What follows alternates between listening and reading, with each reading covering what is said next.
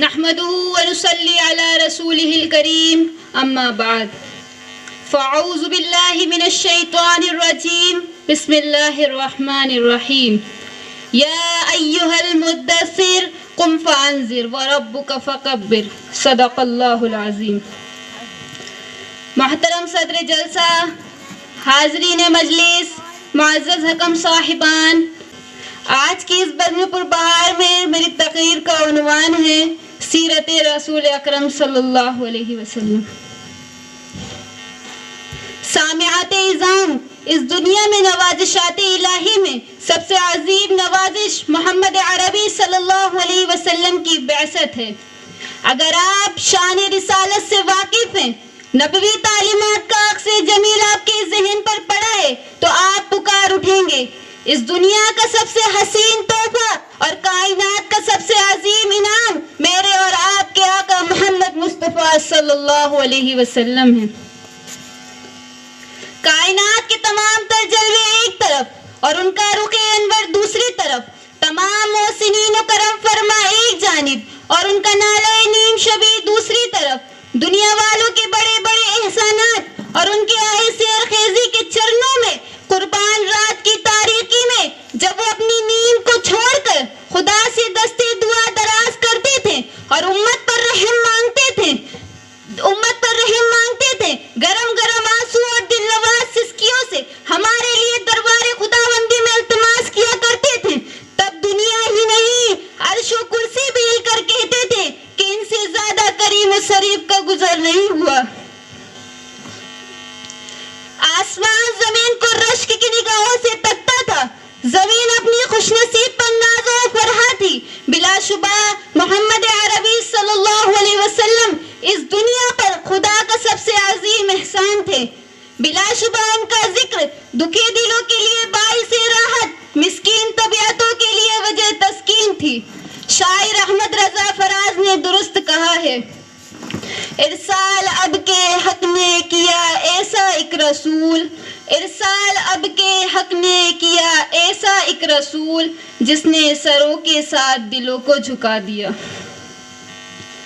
صدر محترم، غور کیجئے وہ کیا وقت ہوگا جب اس دنیا میں ایک بندہ بھی محبوب نہ بچا تھا. خدا بیزار و طاغوت پرست بھیڑ تھی، آدمیت کے فکر و نظر پر ابلیسیت کا پہرا تھا. بہترین صلاحیتیں پیٹ کی دنیا میں گم ہو کر رہ گئی تھی. شہوانی خواہشات آدمیت کے فکر و نظر کا مطاف ٹھہری تھی. مال و دولت نے ردائے آدمیت پر زہریلے ناک کی طرف پہرے داری کر رکھی تھی. کسی کی مجال جو رواداری و محبت کا نام بھی لے، ہر کوئی مست میں پندار تھا. اقبال علیہ الرحمہ نے اس دور کا بہترین نقشہ کھینچتے ہوئے فرمایا ہے، ہم سے پہلے تھا عجب تیرے جہاں کا منظر، کہیں مسجود تھے پتھر کہیں معبود شجر، خو کرے پیکر محسوس تھی انسا کی نظر، مانتا پھر کوئی اندیکھے خدا کو کیوں کر، تجھ کو معلوم ہے لیتا تھا کوئی نام تیرا، قوت بازوئے مسلم نے کیا کام تیرا. قرآنی تعبیر میں ظلمات بازو فوق باز کا منظر تھا.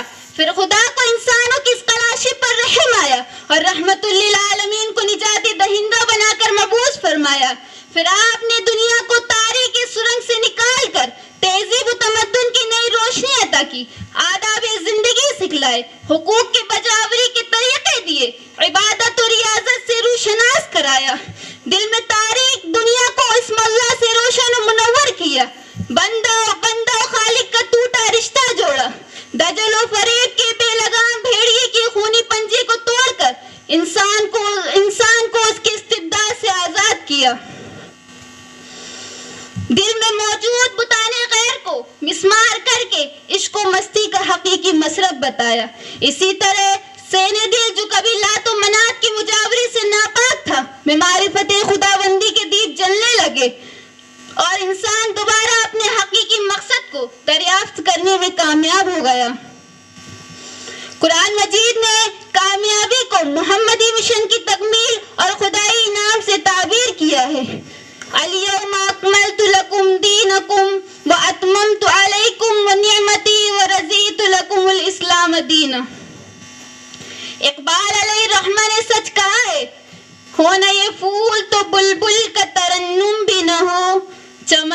سحر میں کلیوں کا تبسم بھی نہ ہو. یہ نہ ساقی ہو تو پھر میں بھی نہ ہو، خم بھی نہ ہو، بزم توحید بھی دنیا میں نہ ہو، تم بھی نہ ہو. حکم صاحبان، مجھے شان رسالت میں لفظ شاعری کا حکم دیا گیا ہے، میں ان کے کیا فضائل شمار کراؤں. مالک کون و مکان نے ان کی تعریف میں پورا قرآن نازل کر دیا، 30 پاروں میں ان کی مدح سرائی کی، رہتی دنیا تک انہیں آئیڈیل و نمونہ بنا کر اعلان کر دیا. جو بھی ذات کامل سے جڑے گا وہ کامیاب و بامراد ہوگا، اور بد نصیب ٹھہرے گا وہ شخص جو ان سے اپنے رشتے توڑ کر کسی اور در پر جبہ سائی کرے گا. لقد کان لکم فی رسول اللہ اسوۃ حسنہ. وآخر دعوانا الحمدللہ. نحمده ونصلي على رسوله الكريم أما بعد فأعوذ بالله من الشيطان الرجيم بسم الله الرحمن الرحيم. يا أيها النبي إنا أرسلناك شاهدا ومبشرا ونذيرا وداعيا إلى الله بإذنه وسراجا منيرا. صدق الله العظيم. محترم صدر جلسہ، معزز حکم صاحبان، مشفق و مکرم اساتذہ کرام و معلمات اعظام اور میری عزیز ساتھیوں، السلام علیکم ورحمۃ اللہ وبرکاتہ. آج کے اس مبارک جلسے میں میری تقریر کا عنوان ہے سیرت رسول اکرم صلی اللہ علیہ وسلم. خیرہ نہ کر سکا مجھے جلوہ دانش فرنگ، خیرہ نہ کر سکا مجھے جلوہ دانش فرنگ، سرما ہے میری آنکھ کا خاک مدینہ و نجف.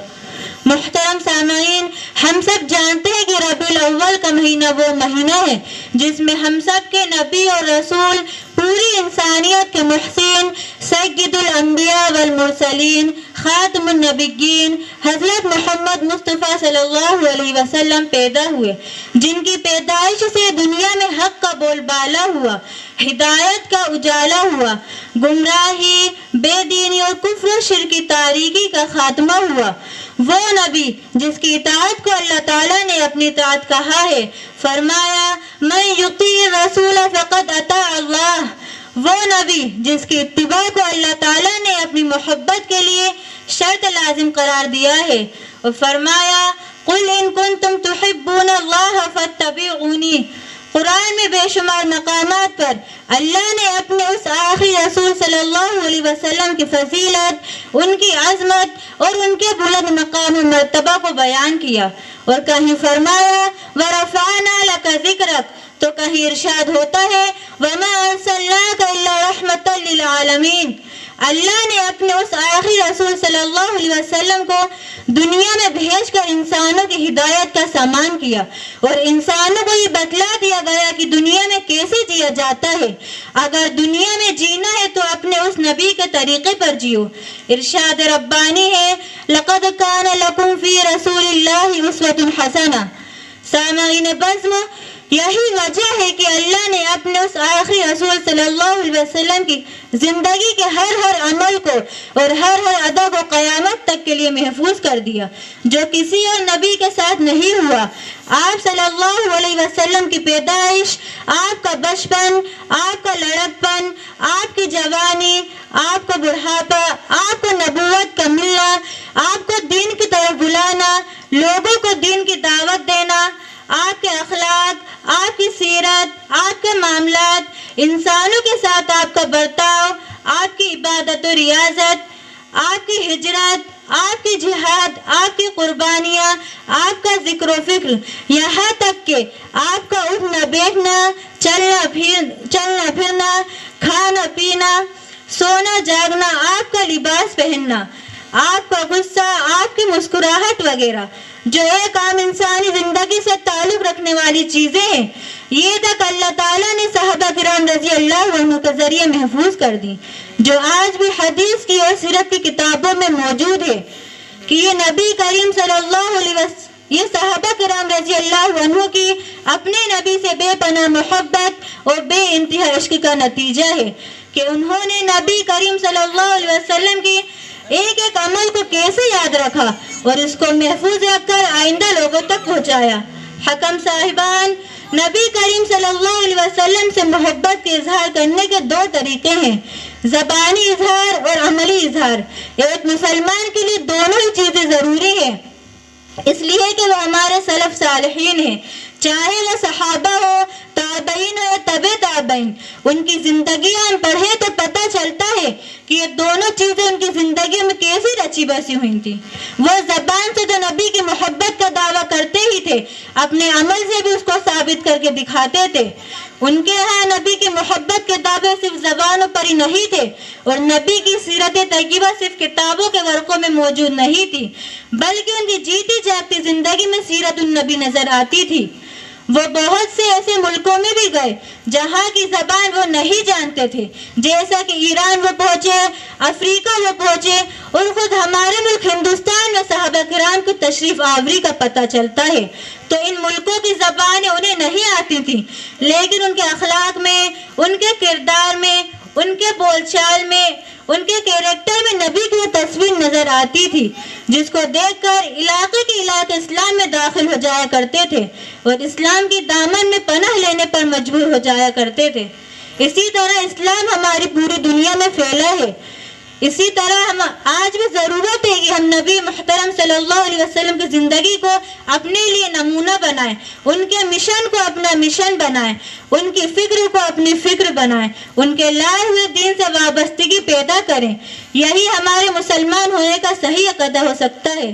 اب میں اپنی تقریر کو اس شعر پر ختم کرتی ہوں۔ وہ دانائے سبل ختم الرسل مولائے کل، جس نے غبار رہ کو بخشا فروغ وادی سینہ۔ وآخر الدعوان الحمدللہ رب العالمین۔ السلام علیکم ورحمۃ اللہ وبرکاتہ۔